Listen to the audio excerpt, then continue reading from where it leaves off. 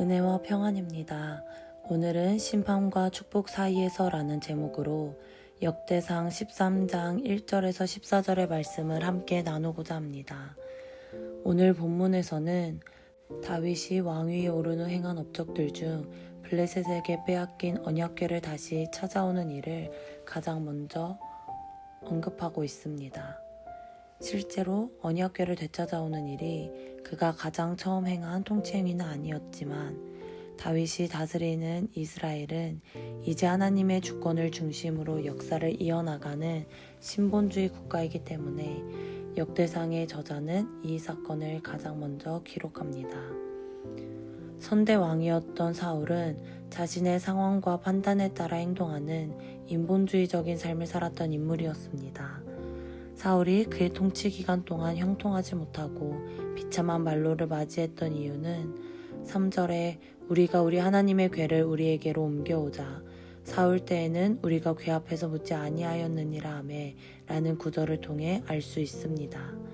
사울이 언약궤 앞에서 묻지 않았다는 것은 곧 하나님 앞에서 묻지 않았다는 것을 의미합니다.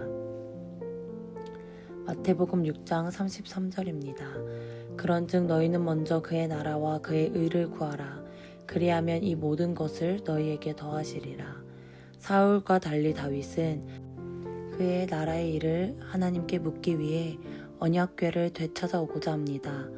이는 가장 먼저 하나님의 나라와 의를 구하겠다는 다윗의 신본주의적 태도이자 신앙 고백이었습니다.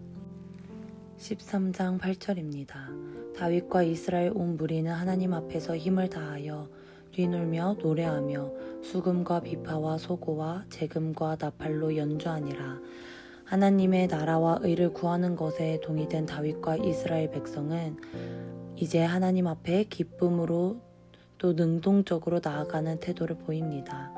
왕이라고 해서 백성이라고 해서 어떤 행위나 위치의 차이가 이들에겐 중요하지 않았습니다. 하지만 언약궤는 반드시 하나님의 율법에 따라 정해진 방법으로 옮겨야 하는 거룩한 성물이었습니다. 율법에는 언약궤를 운반할 때 반드시 레위 지파, 그 중에서도 고라 자손이 매어 운반해야 한다고 기록되어 있습니다.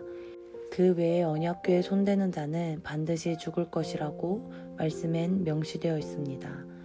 다윗과 이스라엘의 의도는 분명히 좋았지만 그들은 말씀의 기준을 따르지 않는 어리석음을 범하고 말았습니다. 아무리 열심히 또 아무리 좋은 의도로 행하더라도 말씀대로 행하지 않으면 결국 하나님의 나라와 의를 위함이 아닌 결과를 초래하게 됩니다. 우리 안에 말씀이 있어야 하는 이유가 바로 여기에 있습니다. 내가 드리는 예배와 기도가 또 나의 부르심의 여정이 말씀 안에서 이루어져 가고 있는지 혹은 그저 나의 열심과 기준에 따라 혼의 만족에 그치고 있는 것인지를 점검해 보아야 합니다. 다윗은 우사의 죽음으로 인해 말씀대로 행하지 않았음을 인지하자마자 두렵고 떨림으로 회개하며 언약궤를 옮기는 일을 멈춥니다. 그리고 하나님께서는 멈춘 그 자리 오베데돔의 집과 그의 모든 소유에 복을 내리셨습니다.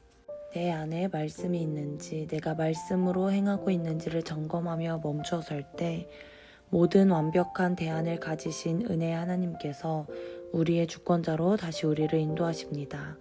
우리에게 반드시 대안을 주시고 다시금 복이 되도록 우리를 회복시키십니다. 다윗은 하나님의 나라를 이 땅 가운데 이루기 위해 말씀대로 철저히 신정국가를 세웠습니다.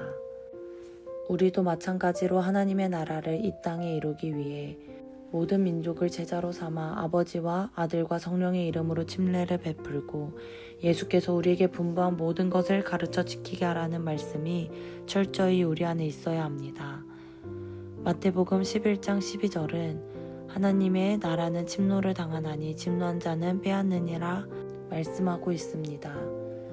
오늘 하루도 내 안에 하나님의 말씀의 기준이 있는지 점검하며 능동적으로 하나님 앞에 나아가는 우리가 되기를 축복합니다.